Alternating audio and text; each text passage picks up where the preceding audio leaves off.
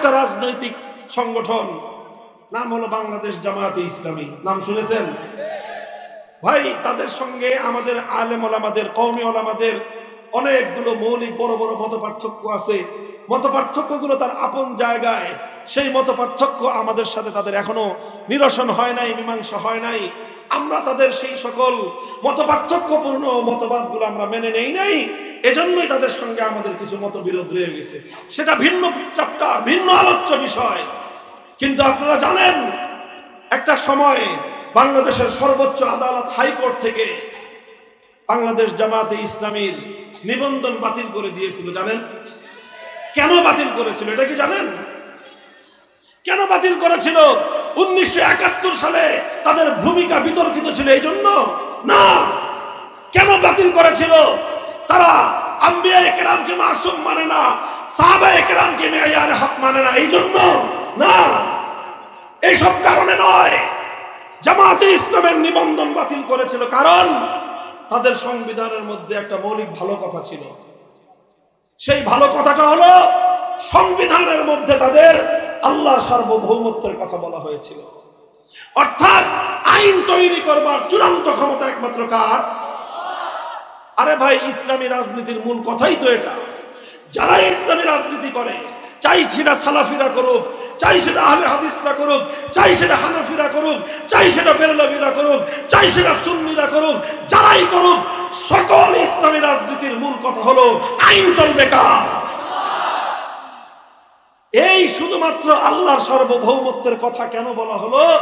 এই কারণে বাংলাদেশের সর্বোচ্চ আদালত জামায়াতে ইসলামী, বাংলাদেশ জামায়াতে ইসলামীর নিবন্ধন বাতিল করে দিল যে তোমরা যেহেতু আল্লাহর একত্ববাদে বিশ্বাসী, বাংলাদেশ আল্লাহর একত্ববাদে বিশ্বাসী নয়, সুতরাং শিরকের এই দেশে আল্লাহর একত্ববাদের রাজনীতি করা যাবে না।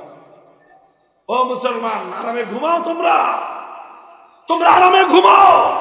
আর তোমার দেশের সর্বোচ্চ আদালত আল্লাহর সভরেন্টি, আল্লাহ পাকের সার্বভৌম ক্ষমতাকে তোমার রাষ্ট্র নিষিদ্ধ ঘোষণা করে সেই রাষ্ট্রে তুমি শান্তিতে বিচরণ করো, তোমার হৃদয়ে এতটুকু রক্তক্ষরণ হয় না, তাহলে তোমার ঈমানের দুর্বলতা ছাড়া এটা আর কিছুই হতে পারে না।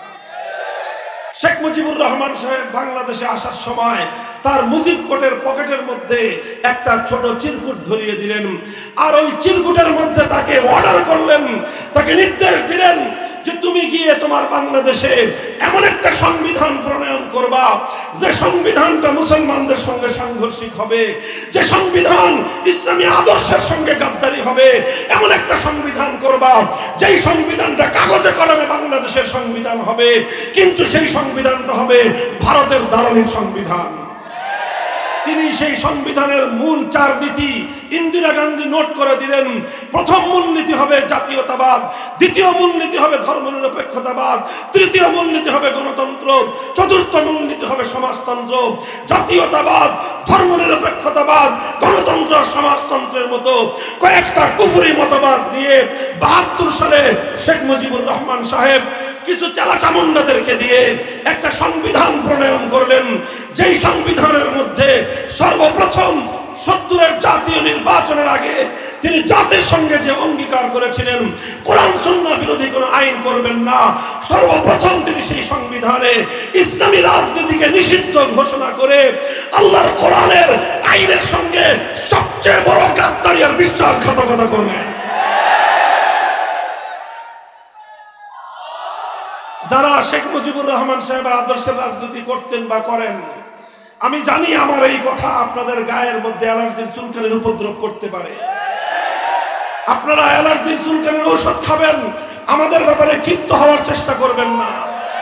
যদি সামর্থ্য থাকে প্রমাণ দিয়ে কথা বলুন। 1970 সালে তিনি এই কমিটমেন্ট করেন নাই, বলুন। উনি 70 সালে বলেন নাই যে কোরআন সুন্নাহ বিরোধী আইন করবেন না, এ কথা প্রমাণ করুন।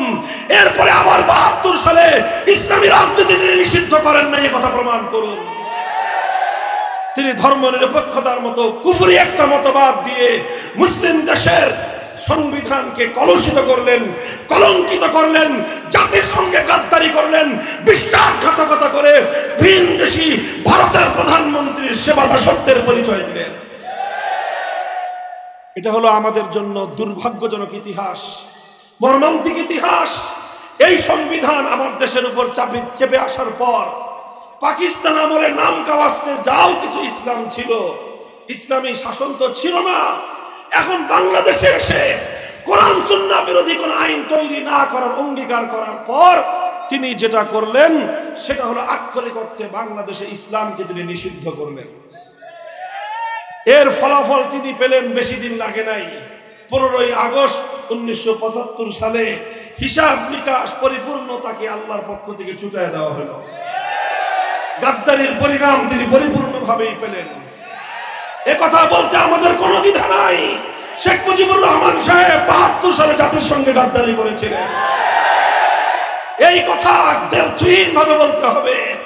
যার শব্দের সঙ্গে, যার রাজনীতির ইতিহাসের সঙ্গে জাতির সঙ্গে গাদ্দারির ইতিহাস থাকে, সে কোশ্চিনকালেও কোন জাতির পিতা হতে পারে না।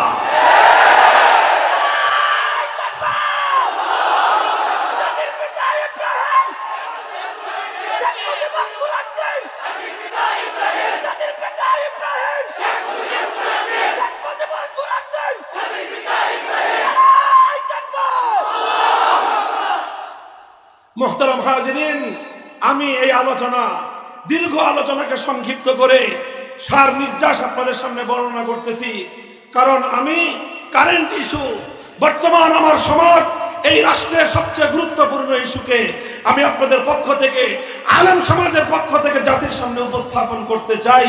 এজন্যই আমি এই ইতিহাস বলতেছি। আর নাহলে কারো রাজনৈতিক সমালোচনা করা, অন্তত মাহফিলে বসে, এটা আমাদের স্বভাব নয়। কিন্তু যেটা জাতির প্রসঙ্গ, যেটা ইসলামের প্রসঙ্গ, যেটা ইসলামের অস্তিত্বের প্রসঙ্গ, যেটা ঈমান এবং কুফরের মাসআলা, সেটাকে কোনো কৌশলের দোহাই দিয়ে, হিকমতের দোহাই দিয়ে সে বক্তব্য থেকে নীরব থাকা, এটা অন্য কেউ করতে পারলেও আলেম সমাজের পক্ষে করা উচিত হবে না। 75 সাল গেল, উনি ওনার যেই ইসলামের সঙ্গে কমিটমেন্টের বরখেলাফ করেছিলেন, ওয়াদার বরখেলাফ করেছিলেন, তার প্রাপ্য তিনি আল্লাহর পক্ষ থেকে পরিপূর্ণ পেয়ে গেলেন। পরবর্তী রাষ্ট্রনায়ক যারা আসলো, তারা নামকাওয়াস্তে কিছু সংস্করণ আনার চেষ্টা করলো। এমন কিছু সংস্কার আনলেন যেই সংস্কারের মাধ্যমে অনেক কিছু হওয়া সম্ভব ছিল, কিন্তু সংবিধানের মধ্যে স্ববিরোধিতার কারণে মুসলমানরা, এদেশের মুসলিম জাতিসত্তা গঠনের 1000 বছরের যে প্রয়াস ছিল, সেই প্রয়াস এবং সেই চেষ্টা বারবার মুখ থুবড়ে পড়েছে। যা আমাদের সংবিধানে নতুন করে সংযুক্ত হলো বিসমিল্লাহির রহমানির রহিম। আমাদের সংবিধানে ধর্মনিরপেক্ষতাকে বাতিল করে দিয়ে আল্লাহর উপর অবিচল আস্থা এবং বিশ্বাস সংযুক্ত হলো। এরপরে রাষ্ট্রধর্ম ইসলাম হলো। এগুলো সামান্য অগ্রগতি ছিল। তবে বাংলাদেশের আইনের মধ্যে আল্লাহর আইন বিরোধী কোন আইন তৈরি না করতে পারার এই ঈমানের অনিবার্য ধারা কখনোই বাংলাদেশের সংবিধানে বিগত 53 বছর সংযুক্ত হয় নাই। অথচ এই না থাকার কারণে, সংবিধানের মধ্যে আল্লাহর আইন বিরোধী আইন তৈরি করার অবকাশ থাকার কারণে, আর এই সংবিধানের মধ্যে জনগণকে সার্বভৌম ক্ষমতার মালিক বলার কারণে, ভাই কথাটা বুঝেন, এক দুর্গাকে পূজা করলে মানুষ একত্ববাদী থাকে। একটা দুর্গাকে আল্লাহর জায়গায় বসালেন, মানুষ আর ইমানদার থাকে? জবাব দেন সবাই বুঝে শুনে।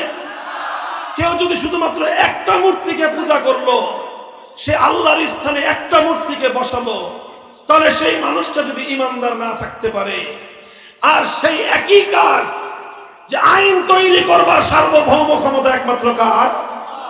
তাহলে আপনি যখন এক আল্লাহর সার্বভৌম ক্ষমতার, সার্বভৌম আইন তৈরি করার আল্লাহর একমাত্র ক্ষমতাকে আল্লাহর কাছ থেকে কেড়ে নিয়ে আপনি যখন 18 কোটি 20 কোটি জনগণকে দিয়ে দিলেন, আপনি 20 কোটি দুর্গার পূজা করলেন। এক দুর্গাকে পূজা করে যদি হিন্দুরা মুশরিক হয়, তাহলে আপনি 20 কোটি দেবতা বানায় আল্লাহর সমকক্ষ সাব্যস্ত করে আপনি কিভাবে ইমানদার থাকতে পারেন? এটা অন্য কারো বুঝে আসলেও আল্লাহর কোরআন এই কথাকে সমর্থন করে না। আজ আমরা এই অভিশপ্ত ধারায় রয়েছি। আমাদের বাংলাদেশের সংবিধানের মধ্যে জনগণকে সকল আইনের সার্বভৌম ক্ষমতার মালিক বানানো হয়েছে, আর জনগণের পক্ষ থেকে তাদের ভোটে নির্বাচিত জাতীয় সংসদকে সার্বভৌম ক্ষমতা দেওয়া হয়েছে। অর্থাৎ জাতীয় সংসদের সদস্যরা যেই আইন করবে সেটাই চূড়ান্ত আইন। জাতীয় সংসদ যদি আল্লাহর কোরআনের আইনকে বাতিল করে দেয়, নাউজুবিল্লাহি মিন যালিক, সেই আল্লাহর কোরআনের আইন বাতিল হয়ে যায়।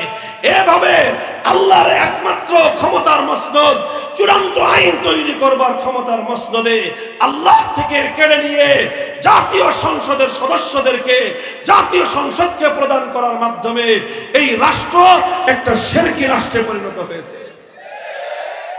আর এর অভিশাপ প্রতিটা মুসলমানকেই বহন করতে হয়।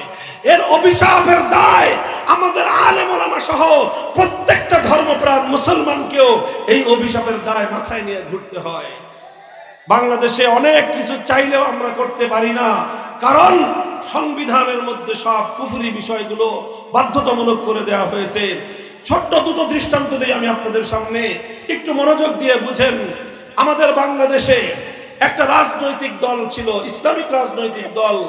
দলটার নাম ছিল ইসলামী শাসনতন্ত্র আন্দোলন। জানেন? আপনি নামটা শুনেছেন? ইসলামী শাসনতন্ত্র আন্দোলন। এদেশের শীর্ষস্থানীয় ওলামায়ে কেরাম ঐক্যবদ্ধভাবে এই আন্দোলনটা গড়েছিলেন। কেন? বাংলাদেশে মানব রচিত শাসনতন্ত্র বাদ দিয়ে আল্লাহর আইনের শাসনতন্ত্র তারা বাস্তবায়ন করবেন এই জন্য। কিন্তু যখন এই 111 সরকার রাজনৈতিক দলগুলোকে রাজনীতি করার জন্য নির্বাচন কমিশনের নিবন্ধন বাধ্যতামূলক করে দিল, তখন ইসলামী শাসনতন্ত্রের তৎকালীন দায়িত্বশীল যারা ছিলেন তারা ইসলামী শাসনতন্ত্র নামে নিবন্ধন পাওয়ার জন্য আবেদন করলেন নির্বাচন কমিশনের কাছে। নির্বাচন কমিশন বলল যে বাংলাদেশ হলো কুফরি শাসনতন্ত্র, আপনারা ইসলামী শাসনতন্ত্র চাইলে এদেশে রাজনীতি করতে পারবেন না। তাহলে কি করা যায়? ইসলামী শাসনতন্ত্র দাবি করা যাবে না, এই নাম নিষিদ্ধ। সুতরাং আপনাদেরকে শাসনতন্ত্র শব্দ বাদ দিয়ে তারপরে অনুমোদন নিতে হবে। বাধ্য হয়ে বেচারারা সেটাই করলেন। ইসলামী শাসনতন্ত্র থেকে শাসনতন্ত্র নাম বাদ দিয়ে ইসলামী আন্দোলন নামেই তাদেরকে নিবন্ধন নিতে হয়েছে। এটা আমাদের হৃদয়ে রক্তক্ষরণের ইতিহাস।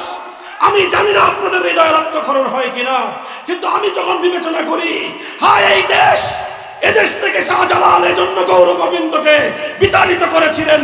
এই সেই দেশ যেই দেশের জন্য হাজী শরীয়তুল্লাহ ফরাজি আন্দোলন করেছিলেন, বাংলার মানুষ যেন ফরজ বিধান পালন করতে পারে। আর আজ হাজী শরীয়তুল্লাহ রক্তের উপর দাঁড়িয়ে স্বাধীন দেশে ইসলামী শাসনতন্ত্র শব্দটাও আমাদের উচ্চারণ করার অধিকার নাই। এই বুঝি মুসলমানদের দেশ? এর চেয়েও মর্মান্তিক দুঃখজনক ঘটনা হলো